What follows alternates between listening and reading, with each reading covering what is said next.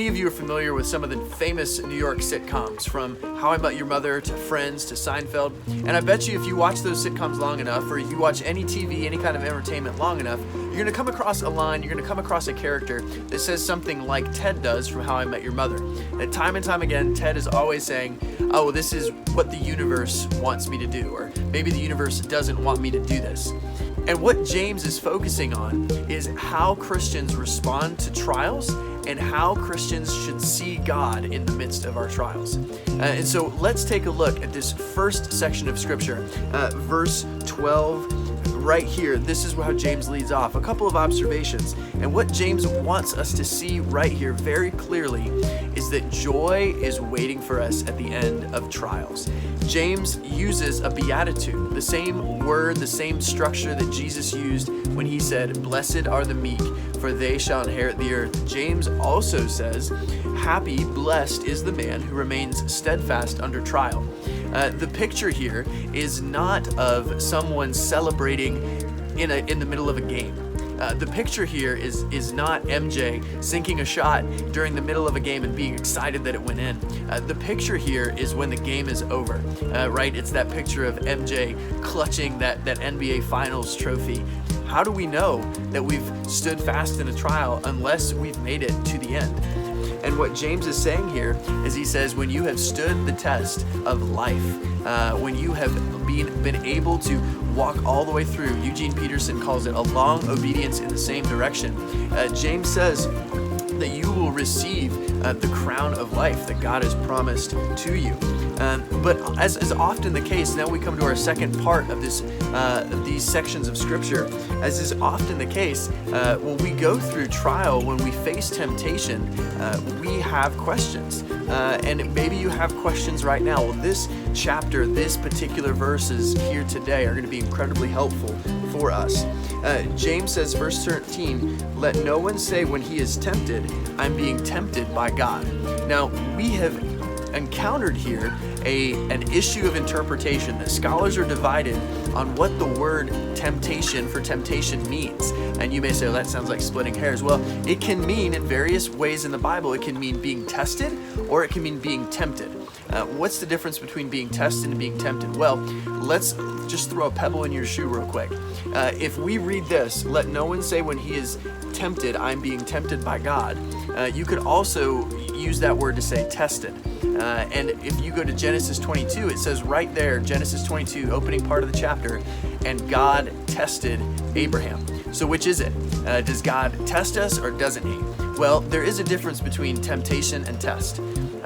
Testing is something that God does all throughout Scripture, that he creates the circumstances that allow us to be challenged. However, the point James is making here, and why I believe that it's better to see this as saying tempted instead of tested, is that God is never, ever going to dangle evil out in front of us. God does not deal with evil. Maybe you're sitting at home and you're alone and you're saying, man, I'm really struggling with pornography.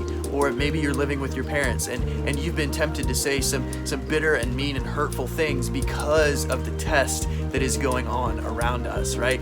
Testing and tempting, sometimes they go together, but James is very clear that God never tempts. He never orchestrates. He never puts evil out in front of us and dangles it out and says, hey, don't you want some of this? And we're going to see this is a wrong way of viewing God. And if we have wrong theology heading into a test, it'll get exposed. And so this is what he says. James tells us something about God, and he also tells us something about ourselves. That when we are tempted, it's very easy to say, well, this is God doing this to me. It's God's fault. But what James says is that's the wrong thinking entirely.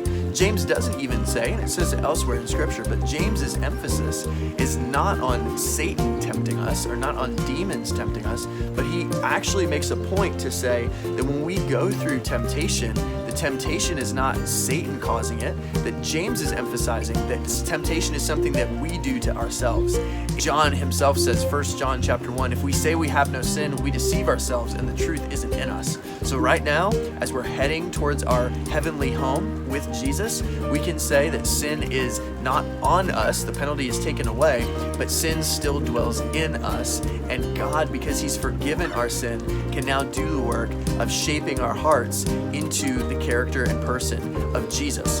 So it's important that we say of ourselves and of God two things. Number one, that God does not tempt us. He tests us. He arranges circumstances to reveal and expose and strengthen our faith. Right? God tests us to know us and to grow us, but God never tempts us with evil.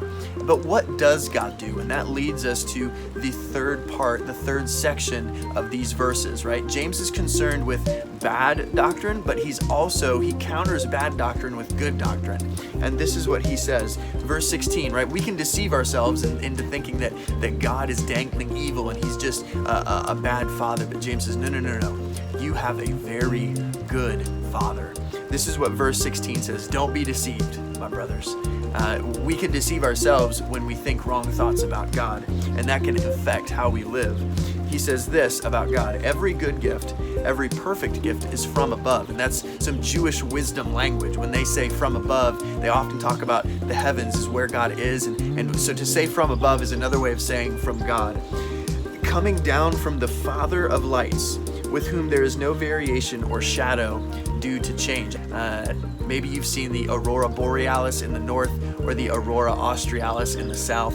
One of the things that we see when we go to the global north or south is that there is a change in how the sun affects the world, right? That there is a very long winter night where the sun doesn't rise, and then there's actually very long summer days where the sun never sets. And what James is getting at here is that God never changes. And so here's what we can say. We bring these three sections together.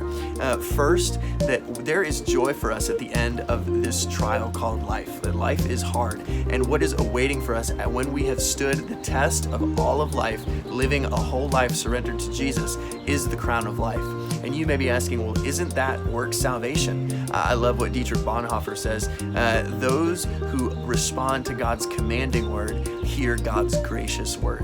When we take God at his word, when he says, come and follow me, then we also experience the grace that is built into that command. So no, we don't work to earn our salvation, but following Jesus, we find the grace that we need to obey him. And that's a beautiful, beautiful truth. So when there's joy at the end of our life for us, that crown of life, but James then moves into the practical. What about today? What about facing trials and temptations now?